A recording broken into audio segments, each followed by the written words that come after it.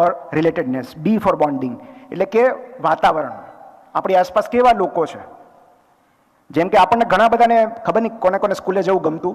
મને તો બહુ જ ગમતું. તો ઘણીવાર સ્કૂલે જવું એટલા માટે ગમતું હોય કારણ કે આપણું બોન્ડિંગ હોય ત્યાં.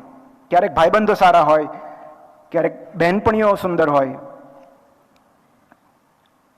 પણ જે બી કારણ હોય, બોન્ડિંગ. અને કેટલા બધા લોકો પોતાની જોબ એટલા માટે નથી છોડતા કારણ કે ત્યાં એમને વાતાવરણ અનુકૂળ આવી ગયું છે. ભલે પે સ્કેલ ઓછા છે, પણ એ છોડીને હાયર પે સ્કેલમાં જવામાં જો તમે ટોક્સિક એન્વાયરમેન્ટમાં ભરાઈ જતા હો તો લોકો જોબ નહીં છોડે કે ત્યાંનું વાતાવરણ બહુ ટોક્સિક છે. સો ટોક્સિક રિલેશનશિપ આપણે અવોઇડ કરીએ છીએ. જ્યાં આપણને આપણા જેવા લોકો મળી જાય છે, જેમની સાથે મનમેળ થઈ જાય છે, ત્યાં આપણે રહેવાનું વધુ પસંદ કરીએ છીએ. અને એટલે જ ક્યારેક ભાઈબંધો કે લોકોથી પ્રેરાઈને, આપણા કુલીગ્સથી પ્રેરાઈને પણ આપણે કામે જતા હોઈએ છીએ કે સ્ટાફ સારો છે, કામ કરવાની મજા આવે છે. And she is competence. કોઈ પણ કામમાં આપણું મોટિવેશન ત્યારે જ ટકે છે જ્યારે આપણને એવું લાગે છે કે આપણને આ કામ આવડે છે. We are good at doing this. Effectiveness. હું સંગીત શીખવાનો કે હું ગાવાનો પ્રયત્ન કરીશ તો ઓટોનોમી ભલે આવે, બોન્ડિંગ ભલે આવે, કોમ્પિટન્સી નહીં આવે. આમ તો કદાચ બોન્ડિંગ પણ જે છે એ ચાલ્યું જાય હું ગાવાનું શરૂ કરું તો સપોઝ મારા ઘરે મારે કબાટ ઠીક કરાવવાનું છે, દરવાજો બારણું તૂટી ગયું છે, કંઈક મારે સુથારી કામની જરૂર છે, હું ફોન કરું છું અને સુથાર એમ કહે છે કે હું આજે નહીં આવી શકું, આજે નહીં, કાલે નહીં, એક અઠવાડિયા સુધી નહીં આવી શકું. તો there are two ways. One is external motivation. હું એને એમ કહું કે ભાઈ તું જે લે છે એની કરતાં ડબલ લઈ લેજે, ઇમરજન્સી ચાર્જ લઈ લેજે, I will pay you more, I will pay you double, પણ તું આવીને કરી જા. સો મેં એને શું ઓફર કર્યું? External motivation. હવે જો એને રૂપિયાની જરૂર હશે, આર્થિક તંગી હશે, આર્થિક ભીંસ હશે તો એ આવશે. પણ if he is like most of us કે જેને કામ નથી કરવું, આ દિવસે રજાનો માહોલ છે, રજાનો મૂડ છે, પૈસાની એટલી બધી જરૂર નથી, તો એ ના પાડી દેશે કે તમે ગમે લાખ રૂપિયા આપો તો નથી આવવું મારે. He will reject the external motivation. તો બીજો રસ્તો શું છે? મારે એની અંદર ઇન્ટરનલ મોટિવેશનના બીજ વાવવા પડશે. And there are two ways of doing it. એક તો હું એને ઓટોનોમી આપું, એને થોડી ફ્રીડમ આપું કે ભાઈ મારે છે ને 48 કલાકમાં થઈ જાય તો સારું, મારે પરમ દિવસે મહેમાન આવવાના છે, તો 2 દિવસમાં તમને જે સમય અનુકૂળ હોય, તમને જે તમે નવરા પડો ત્યારે આવીને કરી જજો. સો મેં એમને ડેડલાઇન આપી, પણ સાથે એમને એટલી ફ્રીડમ આપી કે એમને ઈચ્છેલા સમયે આવીને કરી શકે. This is ઓટોનોમી. તમે એમને ફ્રીડમ આપો છો, કામ કરવાની સ્વતંત્રતા આપો છો, મોકળાશ આપો છો. એન્ડ સેકન્ડ, હું એમને એમની કોમ્પિટન્સ યાદ કરાવું કે ભાઈ તમારા સિવાય આ કામ કોઈ નહીં કરી શકે. Only you can do it. તમે એટલું સરસ કામ કરો છો ને કે મને એમ થાય કે બીજા કોઈ આવશે ને તો એટલું સારું કામ નહીં થાય. અને આ બે જો કામે લાગ્યા તો એ સાંજે આવી જશે. બિકોઝ એને પોતાની કોમ્પિટન્સ રિયલાઇઝ થઈ ને કે નહીં, હું આ કામમાં ખરેખર પારંગત છું. તો એને આપોઆપ આવવાનું મોટિવેશન મળશે.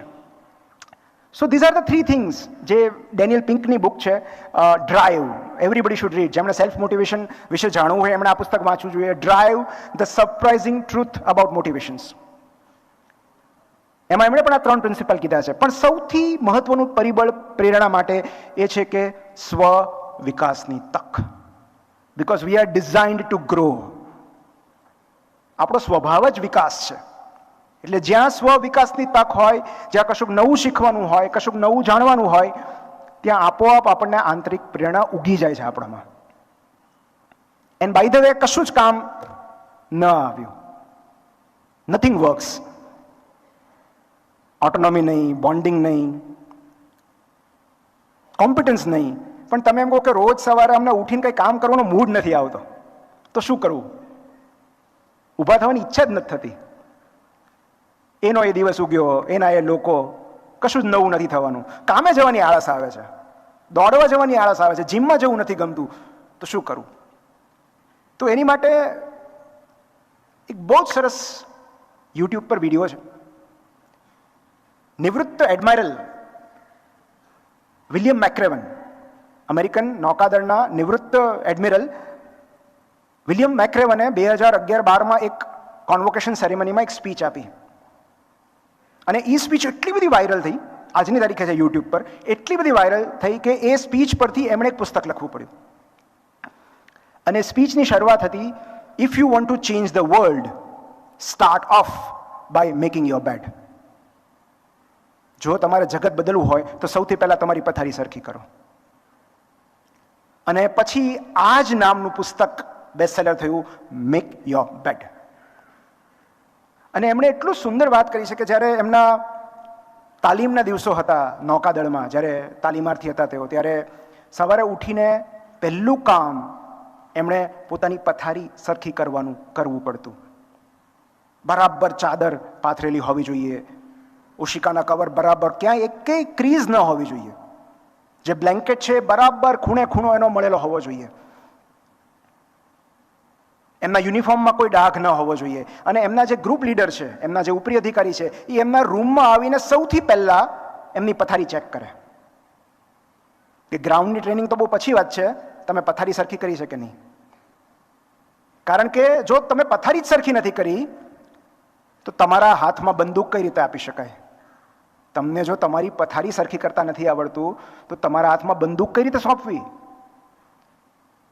સો એમનો એક પરીક્ષા હતી, એક ટેસ્ટ હતો કે એ સિક્કો ઉછાળતા. એમના જે ગ્રુપ લીડર હતા એ જે પથારી તૈયાર કરી હોય સવારે ઉઠીને, એમણે જે રીતે સૂતા વખતે જેવી હોવી જોઈએ એવી જ સવારે ઉઠીને કરી નાખવાની. તો એ સિક્કો ઉછાળતા, અને એ સિક્કો પથારી પર પડ્યા પછી અમુક ઇન્ચીસ બાઉન્સ થવો જોઈએ, જેથી કરીને હાથમાં પકડી શકાય. જો એવું ન થયું તો ત્યાંથી જ પનિશમેન્ટ મળવાની શરૂઆત થઈ જાય. યુનિફોર્મ ને એ બધું તો પછી ચેક થાય, પહેલાં તો તમે પથારી સરખી કરી છે કે નહીં. અને એની પાછળ વિલિયમ મેક્રેવને આપેલું કારણ બહુ જ લોજિકલ છે, અને એમાં બહુ જ ઊંડી સાયકોલોજી રહેલી છે હ્યુમન માઇન્ડની. કે સવારે ઉઠીએ ત્યારે આપણા દરેકની અંદર એક આંતરિક અવરોધ હોય છે, internal resistance to do anything. આંખો બંધ હોય, વાત કરવાની આળસ આવે, કશું કરવાની ઈચ્છા ના, હા કરું છું પછી હવે. કેટલાકને તો ચા ના પીવે ત્યાં સુધી આંખ જ ન ખુલે. તો કેમ તરત ઉઠીને કોઈની સાથે વાત કરવી નથી ગમતી, કંઈક કરવું નથી ગમતું, ચાલવા કે દોડવા જવું નથી ગમતું? કારણ કે મોટાભાગના લોકોની અંદર ઇન્ટરનલ રેઝિસ્ટન્સ હોય છે, આંતરિક અવરોધ. અને જ્યારે આપણે દિવસની શરૂઆત કોઈ નાના એવા, ભલે સૂક્ષ્મ લાગતા, ગૌણ લાગતા કામથી કરીએ છીએ, પણ એ સંપૂર્ણ કરીએ છીએ, એ કામ પૂરું કરીએ છીએ, તો આપણી અંદર એક સેન્સ ઓફ એકોમ્પ્લિશમેન્ટ જાગે છે. કામ પૂરું કર્યાનો સંતોષ, આપણને એક ઉપલબ્ધિ લાગે છે. ચલો બ્લેન્કેટ તો સરખી કરી, પથારી તો સરખી કરી. તો એ સેન્સ ઓફ અચીવમેન્ટ આપણને બીજું નાનું કામ કરવા માટે પ્રેરે છે કે ચલો હવે આ કરું, પછી આ કરું, પછી આ કરું. સો બેઝિકલી એક પૂર્ણ થયેલું કામ આપણને બીજા અસંખ્ય અધૂરા કામ કરવાની પ્રેરણા આપે છે. એક નાનું કામ. અને મેં જાતે અનુભવેલું છે. આ પુસ્તકનું પહેલું જ ચેપ્ટર છે મેક યોર બેડ. અને જ્યારથી મેં આ કરવાની શરૂઆત કરી, મને એવું અનુભવાય છે કે મારો આંતરિક અવરોધ બહુ ઝડપથી ઘટી રહ્યો છે. બિકોઝ તમે પથારીમાંથી ઊભા થયા, તમે પથારી સરખી કરી, તમારો પિલો બરાબર મૂક્યો, તમારી જે ચાદર છે એ ગળી કરીને મૂકી દીધી, અને ત્યાં તમને જાતને શાબાશી આપવાનું મન થાય કે ગ્રેટ, ચલો એક કામ તો પત્યું, એક કામ તો સરખું થયું. અને એ જે બૂસ્ટ છે, સેન્સ ઓફ અચીવમેન્ટ, એ આપણને ધક્કો મારે છે બીજું કામ કરવાની, પછી ત્રીજું કામ, પછી ચોથું કામ. સો ધીરે ધીરે એક રોબિન શર્માનું બહુ સરસ પુસ્તક છે એવરીડે હીરો.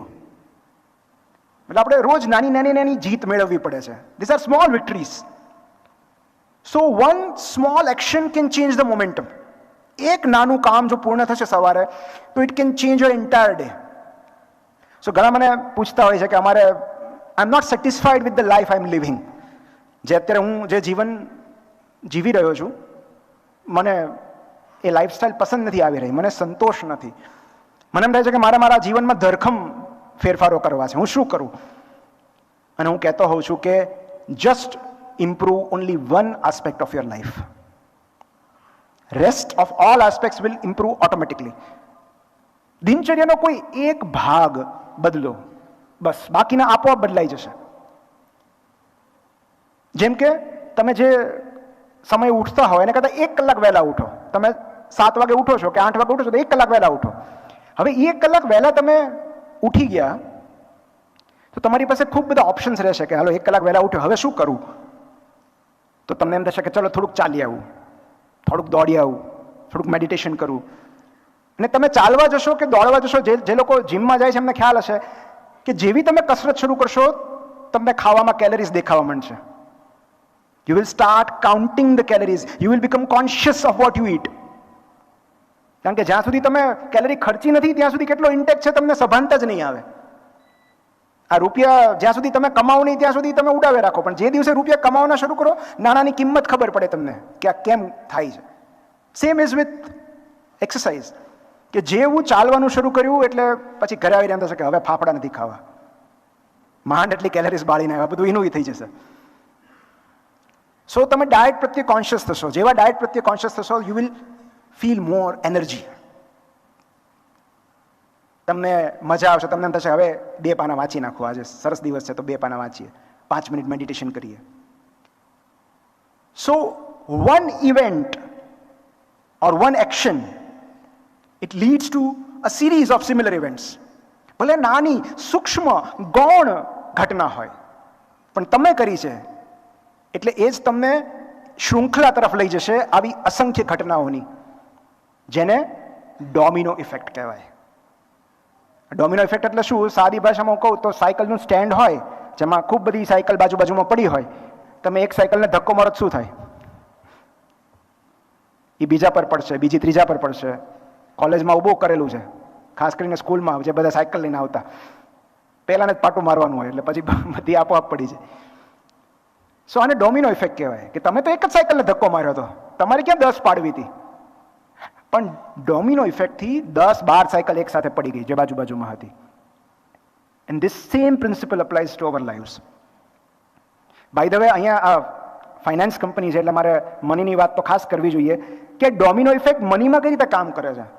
રૂપિયાની બાબતમાં તો એક બહુ સુંદર પુસ્તક છે, ટોટલ મની મેકઓવર. ઘણા બધા ફાઇનાન્સના પુસ્તકો તમે વાંચતા હશો, મેં પણ વાંચ્યા છે ઘણા બધા, પણ મને આ એટલા માટે ગમ્યું કારણ કે આમાં બહુ કઈ રીતે પૈસા કમાઈ લેવા અને શું કરવું અને ક્યાં ઇન્વેસ્ટ કરવા, એ બધી બેસિક વાતો છે. જેમ કે દેવામાંથી કઈ રીતે બહાર આવવું, લોન કઈ રીતે ચૂકતે કરવી, ઉધાર કઈ રીતે ચૂકતે કરવો, બહુ બેસિક વાત છે. અને બહુ મહત્વનું છે કારણ કે સૌથી મોટી લાયબિલિટી હોય ને તો એ ઉધાર લીધેલા નાણાં છે. તો એમાં એક બહુ સરસ વાત લખેલી છે કે તમારે જેમને રૂપિયા, હું એક ઉદાહરણ આપું છું કે જેમને રૂપિયા આપવાના બાકી હોય એમની યાદી તૈયાર કરો. આને આટલા બાકી છે, આને આટલા બાકી છે, આને આટલા બાકી છે, આને આટલા બાકી છે. પછી જે લઘુત્તમ રકમ હોય ત્યાંથી શરૂઆત કરો કે મારે ફલાણાના 300 રૂપિયા આપવાના બાકી છે, એ પહેલા ચૂકતે કરો. Start with the smallest amount. પહેલા 300 રૂપિયા ચૂકતે કરી દો અને એનાથી શું થશે? Again the same psychology applies, sense of achievement, accomplishment, કે ચલો એક જણનું તો પત્યું. એને સ્નો બોલ ઇફેક્ટ કહેવાય છે. બરફનો ગોળો. બરફનો ગોળો તમે ઉપરથી ફેંકો ને તો જ્યારે ફેંકો ત્યારે નાનો હોય, જેમ જેમ એ નીચે આવતો જાય ને એમાં વધારે બરફ ચોંટતો જાય, એ મોટો થતો જાય. તો એવી જ રીતે એક જણનું તમે ઉધાર ચૂકવી દીધું એટલે તમને એમ થશે કે ઓલાના 2000 બાકી જ ને, હવે એ પતાવો, પછી 10,000 એ પતાવો. સો ધીરે ધીરે નાની રકમથી શરૂ કરેલી યાત્રા ક્યાં તમારા જે મોટું દેવું છે એ પણ ચૂકવાઈ જશે એનો ખ્યાલ નહીં રહે, કારણ કે યુ ગેઇન મોમેન્ટમ. તમે એક રિધમમાં આવી ગયા ને, તમે એક લય બનાવી દીધી. તો this applies everywhere. And I would say આ બધું છોડી દો. Simplest way to get motivated, take action. Motive plus action એ મોટિવેશન થાય, પણ તમે એક્શન લો તો એક્શનમાંથી મોટિવેશન મળે. So most of the times motivation follows action. મારે પુસ્તક લખવું છે, નવલકથા લખવી છે, મને મોટિવેશન નથી આવતું, ટાઈમ નથી મળતો. ક્યાં હોસ્પિટલમાંથી ઘરે જઈને થાક્યા હોઈએ, રૂપિયા તો આવે છે ઘરમાં, પછી શું પુસ્તક લખવાની જરૂર છે? પણ થાકેલો પાકેલો હું રાત્રે આવીને ભલે 150 શબ્દો લખીશ, પહેલું ચેપ્ટર પૂરું કરીશ, પછી મને મોટિવેશન મળશે કે હા પહેલું ચેપ્ટર તો મસ્ત લખાણું, હવે બીજું લખીએ, હવે ત્રીજું લખીએ. જો હું મોટિવેશનની રાહ જોઈશ તો હું ક્યારેય લખી નહીં શકું. સો ક્યારેક એક્શન લેવી બહુ જરૂરી છે, rather than waiting for inspiration to strike. અને એટલે જ જે સૌથી ફેમસ સ્લોગન છે, અત્યારે તમે નેટ પર સર્ચ કરો કે સૌથી ફેમસ સ્લોગન કઈ કંપનીનું છે, અને એ છે નાઇકી. Just do it. આ સ્લોગન બનાવવા માટેની તમે હિસ્ટ્રી વાંચો તો હકીકતમાં આ જે શબ્દો છે એક હત્યારાના શબ્દો છે કે જેને દેહાંત દંડની સજા આપવામાં આવી હતી, અને એને એમની આખરી ઈચ્છા પૂછવામાં આવી કે તમારી અંતિમ ઈચ્છા શું છે બોલો, અને એમણે કીધું કે આ બધું વાણી વિલાસ ના કરો, જસ્ટ ડુ ઇટ, મારી નાખો મને, એક્શન લો. એની ઉપરથી જે ત્યારના માર્કેટિંગ એમના જે હતા હેડ, એમને વિચાર આવ્યો કે આપણે આ સ્લોગન આમાં વાપરીએ તો નાઇકીમાં, જસ્ટ ડુ ઇટ. અને એટલે જ નાઇકીના ફાઉન્ડર્સ કહે છે, તમે જો એ ફિલ નાઇટની નવલકથાની આત્મકથા, સોરી, શૂ ડોગ, બેસ્ટ મેમોયર. જો મને તમે એમ કહો કે કોઈ એક આત્મકથા મારે સજેસ્ટ કરવાની હોય, રેકમેન્ડ કરવાની હોય, તો હું કહીશ કે આ વાંચો, શૂ ડોગ, ફિલ નાઇટની. અદ્ભુત. અને એમાં એમણે લખ્યું છે કે it is not about winning, it is all about doing. જીતનો વિચાર જ છોડી દો, તમે માત્ર કરો જે આપણી વાત, જે કર્મ કરવાની વાત છે. અને એમણે કોન્ફરન્સમાં પૂછ્યું હતું સરસ કે આમાંથી કેટલા લોકો દોડવા જાય છે, અને ઘણા બધા ઊભા થયા. પછી કે અચ્છા આમાંથી એવા કેટલા છે જે અઠવાડિયામાં 3 વાર દોડે છે, એટલા ઊભા રહો, બાકીના બેસી જાઓ. 50% લોકો બેસી ગયા. પછી કે આમાંથી એવા કેટલા છે જે અઠવાડિયામાં 5 વાર 5 દિવસ દોડે છે, બીજા કેટલાક બેસી ગયા. પછી કે અચ્છા આમાંથી એવા કેટલા છે જે ટાઢ, તડકો, વરસાદ કંઈ પણ હોય દરરોજ દોડે છે. માત્ર 3 જણ ઊભા રહ્યા. અને ફિલ નાઇટે કહ્યું કે આ શૂઝ હું તમારા માટે બનાવું છું. So it is all about action. Just do it. બીજો કશો જ વિચાર ના કરો. અને એટલે જ there is a principal, do something principal. કંઈક કરો. મોટિવેશન ના આવતું હોય તો કંઈક કરો. એમાંથી આપોઆપ પ્રેરણા ઉત્પન્ન થશે. કારણ કે પ્રેરણાનું મરણ ક્યારે થાય છે? You lose motivation. એના માટે મેં એક સૂત્ર બનાવ્યું છે, RIP motivation. So R is result. જ્યારે પણ આપણે પરિણામનો વિચાર કરીએ છીએ આપણું મોટિવેશન જતું રહે છે. જ્યારે આપણે પ્રોસેસનો વિચાર કરીએ છીએ, પ્રયત્નોનો વિચાર કરીએ છીએ, કર્મનો વિચાર કરીએ છીએ, આપોઆપ મોટિવેશન આવે છે.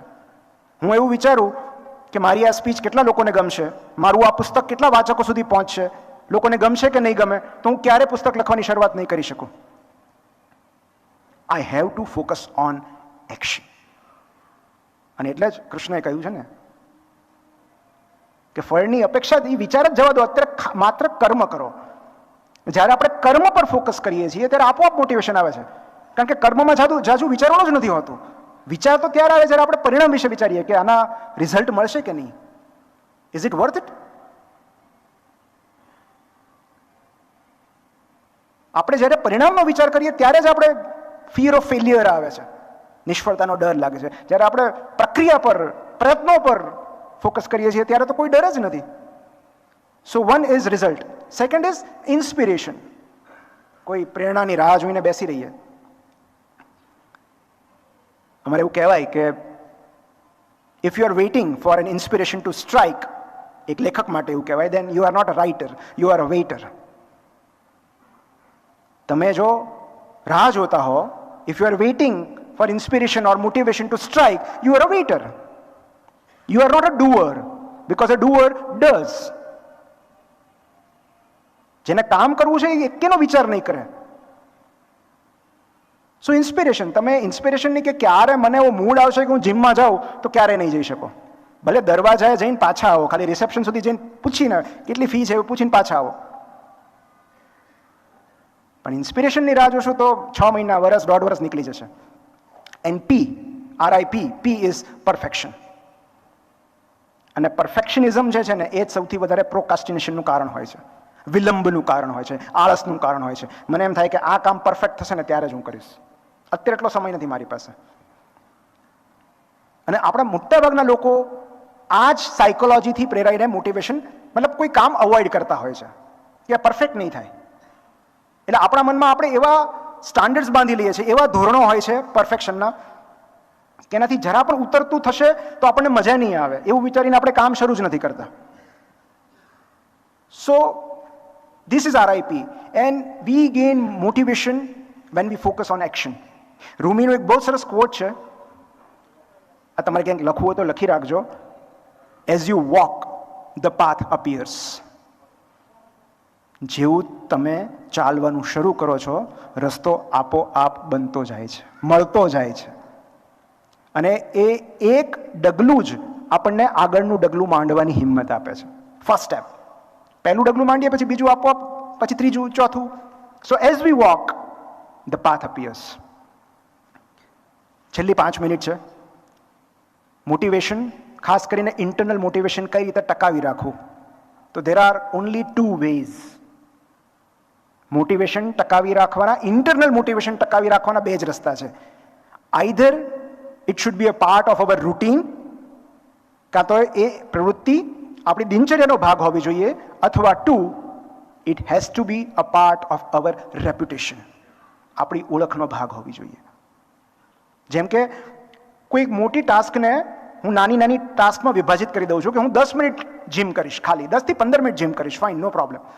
મારે બહુ લાંબુ નથી ધ્યેય રાખવો, ગોલ બહુ લાંબો નથી રાખવો, મારે 6 પેક બનાવવા એવું નહીં, રોજની 15 મિનિટ ચલો. પણ જ્યારે હું રોજની 15 મિનિટ જીમમાં જાઉં છું, 1 મહિના પછી એ મારી દિનચર્યાનો ભાગ બની જશે. It will be a part of my routine. પછી મારે કંઈ આપણને બ્રશ કરવાનું મોટિવેશન નથી જોઈતું, આપણને નાવાનું મોટિવેશન નથી જોઈતું, કારણ કે it is a part of hour routine. Hygiene માટે જરૂરી છે, પણ it is a part of hour routine.